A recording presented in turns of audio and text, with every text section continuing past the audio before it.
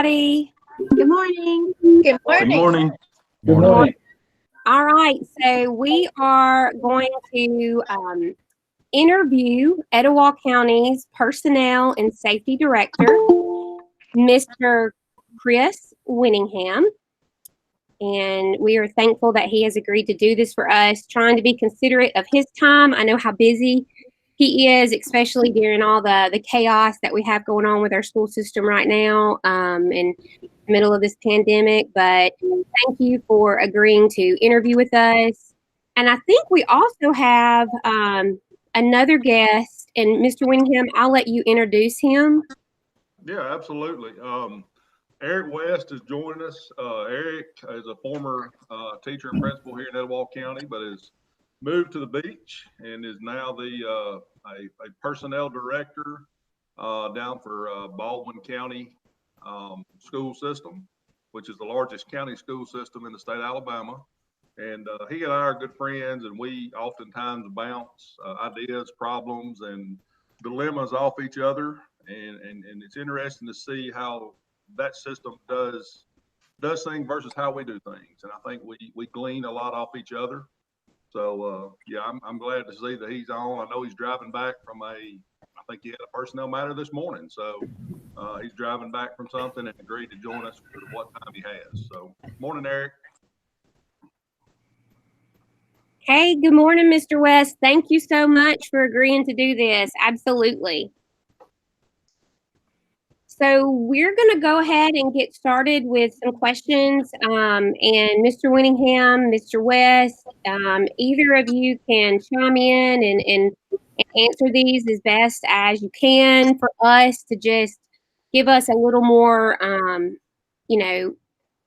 shed a little more light on personnel matters and things that you have to deal with, as a leader in a district. So we'll start off there.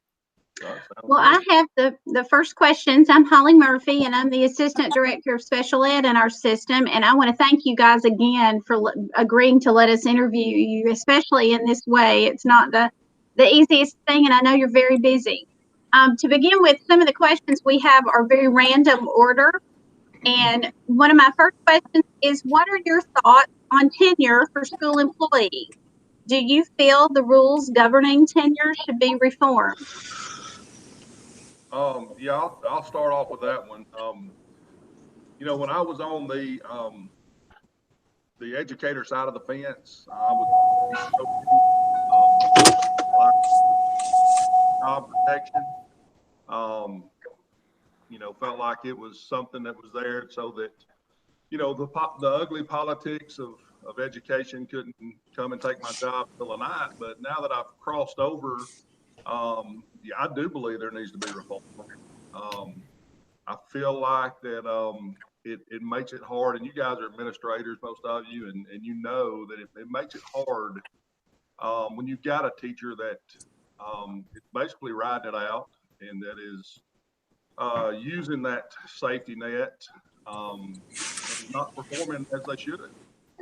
And so, yeah, I feel like that we need to step back as a state and revisit the laws. And I don't know if they need to be completely done away with. I still think there needs to be some safeguards for our teachers. I agree. We definitely need an easier path to correct, discipline, or dismiss those teachers that just refuse to get on board. So, Eric, what do you think? I completely agree with you. Tenures was put in place to safeguard against the nepotism, against the politics, against the mistreatment of education employees. And on the flip side, it also protects those that don't that don't match up, that don't do what they're supposed to do, that are, to put it bluntly, just kind of a waste of space. And I'm sure everyone in this meeting has dealt with some of those type of teachers. So, yes, I would agree. Something needs to some sort of reform needs to happen. I wouldn't necessarily do away with it. There'd be complete mutiny at that point. But I mean, if you're sitting across the table from an AEA rep that's representing a teacher that is not doing the job that he or she needs to do, and they're tenured, then you understand that. And I didn't understand that until I was kind of out of the classroom as an administrator, and especially in the role I'm in now. I heard you say I'm actually my job title with Baldwin County is Human Resources Supervisor. So we dealing with the same thing, just a different title. So, but yeah, I agree with you, Chris. And I would have to agree with both of you. Yeah, no doubt. Okay. Well, let's move on. What is the most common issue that you have dealt with regarding school personnel? For me, I've only been at this job since last January, so I'm still relatively new. Mostly what I deal with is a lot of the stuff that a lot of people don't want to deal with. It's the complaints, it's the either the parents or other people complaining about the performance of our teachers or mistreatment of our coaches or our coaches mistreating their kids. So a lot of times I have to go deal with that, and 9 times out of 10 it's unfounded. But I have not had to deal with a lot of disciplinary action so far. I guess that's a blessing. It is. I've had to get into a few of those with other companies. And, our superintendent also does some of that. We're a smaller system, so he still has his hand in some of those things. But it's kind of the administrative side of what I do probably consumes most of my day. I'm blessed to have a great administrative staff that I work with Gina and Alice. They do a great job at the central office. Gina handles the recertification, the provisional certificates, all the stuff that I just the paperwork side of it, which I can't stand. She does a great job. She's a pleasant personality, and I'm telling you, you can't do the job without people like that around you. So that's generally what I've been working on. And I also do the safety part of it, which that's probably 25% of my job. But it takes up the day pretty quick. So.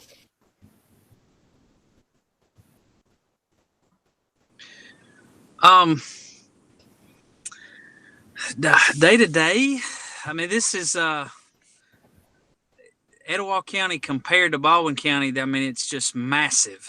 Baldwin County is huge. There's a lot of things that happened that were eye-opening to me, and a lot of things that are dealt with the same way, and a lot of things that are dealt with totally different.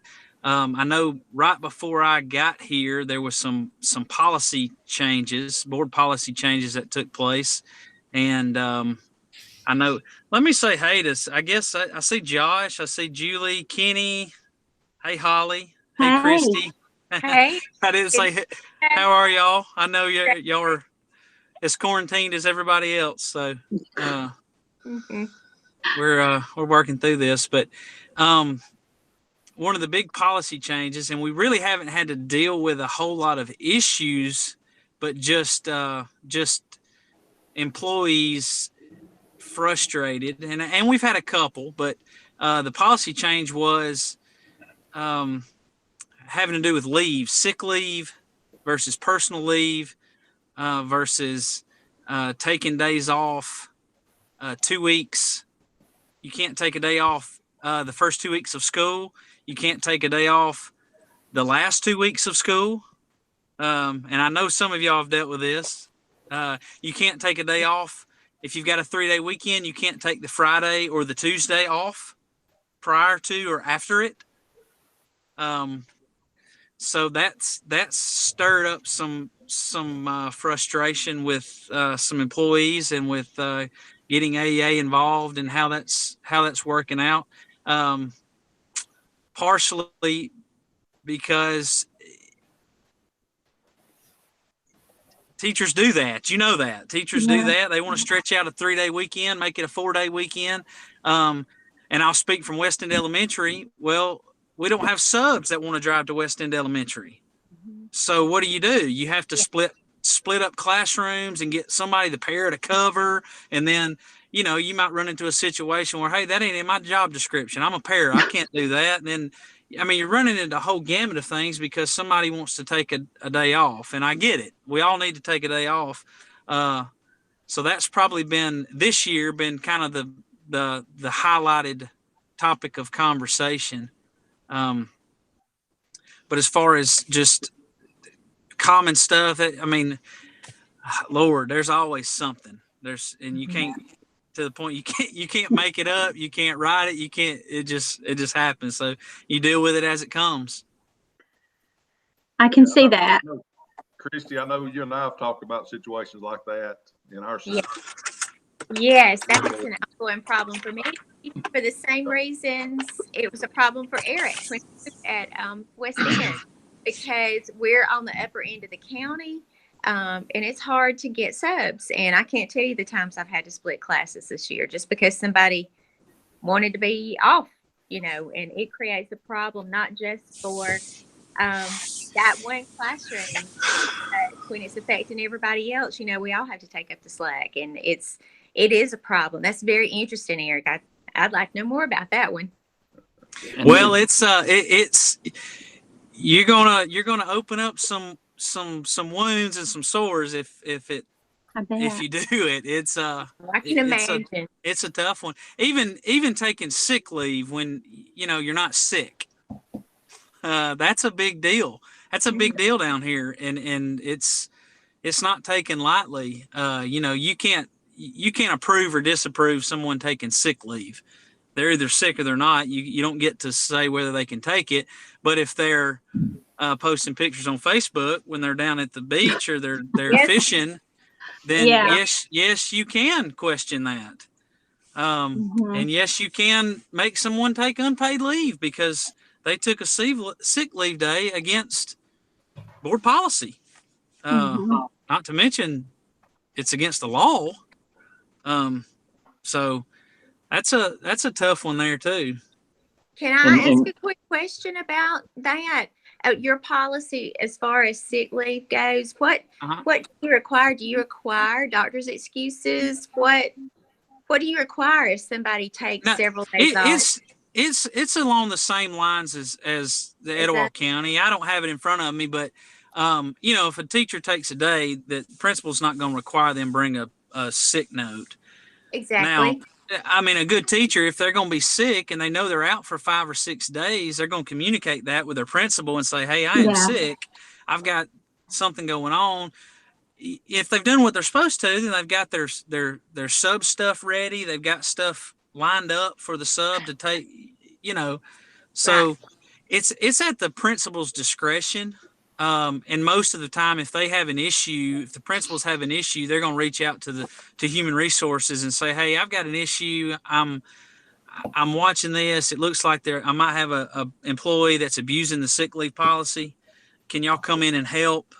That's where you would call Chris and say, hey, we need to take a look at this. They're out a lot and they're taking sick leave, and I'm not certain that they're sick. Right. It's okay to do that. So Unfortunately, Chris and I have had to have that conversation this year. Yeah. So, yeah. That's right. It's that's a tough one. It is. It's a tough one. Fun. It gets abused. We all know that it gets abused. And on the flip side, what other profession do you get the leave that we get? I don't know of many at all.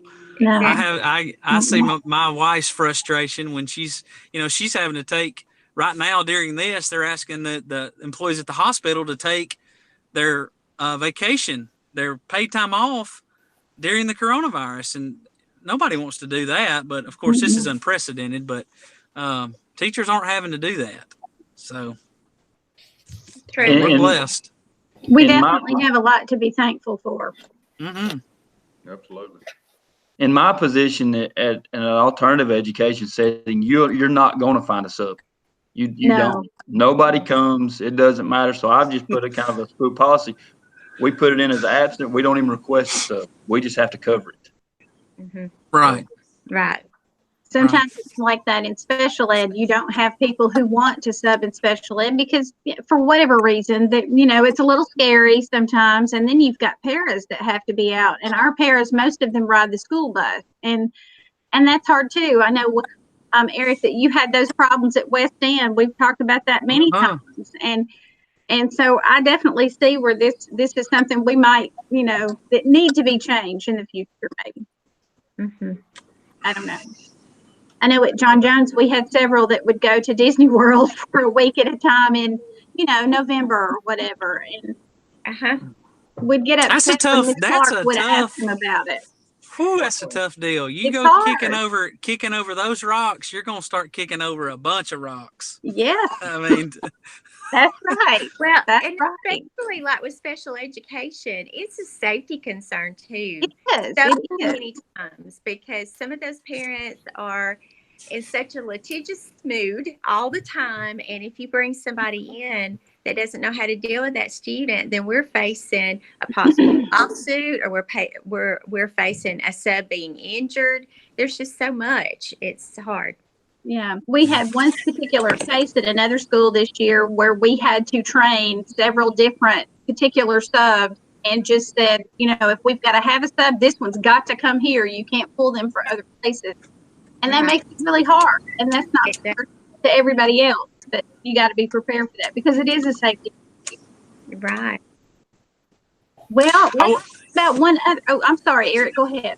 well, I was just gonna add that just kind of on the leave and on personal leave, and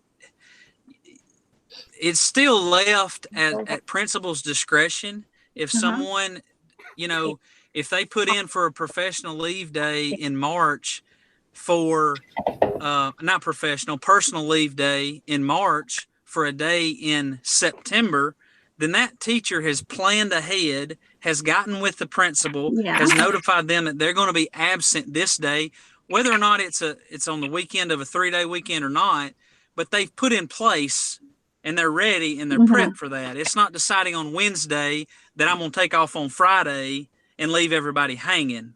They've already got a sub lined up. We use the same frontline, ASOP, same sub finder. So in that case, if I'm the principal, then that teacher's came to me and has said, hey, I've got this trip. My husband, this is when his time off is. You deal with that. Yeah. Well, my husband doesn't get days off in the summer when we do. I understand that. So you've got a teacher that's prepared, that's done what he or she's supposed to do, prepared lessons, got the sub, everything's lined up months in advance, then okay, we're good. Well, if everybody did what they were supposed to do to begin with, sure, it wouldn't be a problem. That's right. And that's hard too. Yeah, it is. That's hard. That is hard. That is hard. Okay, well, how does our system, or your system, Eric, how do you orient new teachers or employees to the system? Do y'all have a new teacher fair, or how do you guys do that?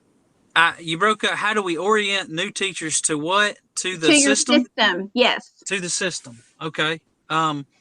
We have new teacher hire meetings in the summer twice a month. I think overall this certified and classified, Baldwin County hired about 400 people last year. Whoa. So the summertime is go hard with processing all that, with doing that. We have new hire meetings, and that's where the HR office, myself, there's another supervisor and our director now, new director, Tiffany Wilson.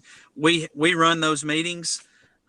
We go over board policy. We go over, Q&As, all that kind of stuff to implement them into the countywide stuff. And then I know Etowah County's done it and still does it. I think the teacher mentor, that program's going, so they'll get a mentor to work with them throughout the school year. So did that answer all the question? Was that it? That did. Yeah. And as far as teacher fair, we had a teacher fair scheduled for tomorrow, actually. Of course, that's been canceled, but and that's also a place which works out good where potential transfers, teachers that want to transfer to another school, they can come to the teacher fair, and they're kind of lumped in that same category as new people looking for a job. Just because they want to transfer doesn't mean they're going to get it. They have to go talk to the principal, and if it works out, and if it's best for that school, if it's best for the principal, and it works out good, then great. But every school's there, every feeder pattern to every school is there. And it's basically like an interview day, a fair day like a college would have. Of course, we postponed that to be determined, but that was going to be tomorrow actually. So. Hey, Chris, what do we do in our system for new teachers? We have new teacher orientation days, just like Eric's talking about. We do, we have faculty orientation. We hire a lot of, classified positions, custodians and just different positions, lunchroom. So we bring all those folks in at different times. A lot of that is what we call onboarding, where they do their paperwork. We're moving to a electronic format this year to where they won't get the to do. They'll get a link to do everything online.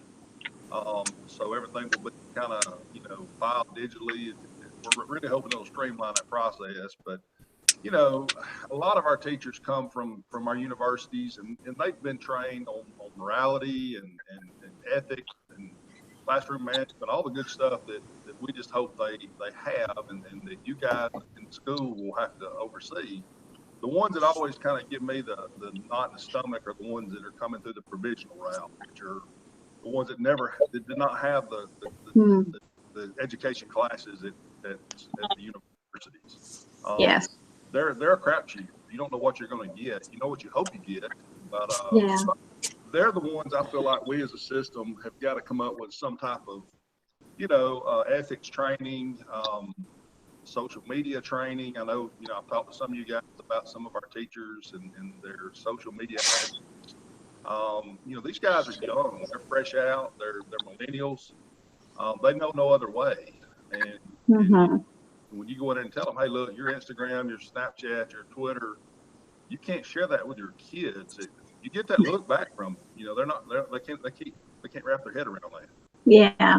So that's something that's an area that, and we get a lot of those actually, especially in your hard to fill areas, your math, your science, your special ed. We have to get creative on. They're the ones I feel like we need to devote more training into preparation. And you guys know, y'all got them in your building. You know exactly the type of teachers I'm talking about. Oh yeah. Chris, this is Kenny. Just to announce myself, I guess, because I haven't really talked a lot yet. I'm Kenny Clevenger, assistant principal at Southside High School, and that kind of feeds into our next question. So I wanted to throw that out there and see what you thought. Yeah. The question is, what process do you use when deciding what candidates to interview for a position? Do credentials or experience or degrees sway your decision? Is a master's degree something you're looking for as opposed to a bachelor's or what? Yeah. And we try to leave the hiring to our principals. What we do at the central office level, and Eric could add to this, I'm sure, we try to help vet the potential candidates. I always want the principals to send me a list of who they're interviewing. I try to help them first make sure they meet the certification requirements. You'd be shocked that, we had one recently that, those that are coming out of the private school sector, they don't have the credentials and the certification sometimes to teach in public schools, and they can in private schools. You don't have to have a certificate to teach in a private school. So when they cross over, sometimes, it may be the one you feel like is the best teacher to fit your, to fit your need, but they don't have a valid certificate. So our job is to, one, see what we can do to get them certified. Whether it be, a provisional route, when I say provisional, that's what we used to call the alternative certification. That's how I got an education. I have a criminal justice degree, a bachelor's, but I went back and got a special ed add-on or certificate through the old alternative, the old ABC track. Things have changed in that. Now, they have the choice of either doing a master's level certification or they can do a bachelor's level certification. The bachelor's level only requires 4 classes and passing the praxis. So, that's the kind when they do that. I mean, you can't be prepared to be a full-time teacher with just 4 classes under your belt, in my opinion. And no actual practicum or student teaching. But yeah, I mean, that's our job is to vet those people, make sure they meet the criteria. And then, from a principal standpoint, Kenny, when I was a principal, obviously experience, degrees, credentials are important. But a lot of times after the interview, I would always reflect how will they fit in with my staff. Because my climate in my school was very important to me. Because if you bring in the wrong person, and all of a sudden they have turns your math department on upside down. Now it don't matter how good of a teacher they are or not. You've got the natives are restless. You know what I'm saying? So that was always my thought. Is I always tried to see how they would fit in with our faculty. So Eric, what's your thoughts? I you mentioned the non-traditional route. I know EdTPA has kind of put a halt on that old adage. I mean, correct me if I'm wrong, Chris, kind of like, hey, you need to be a teacher. All you gotta do is take 4 classes and pass the praxis.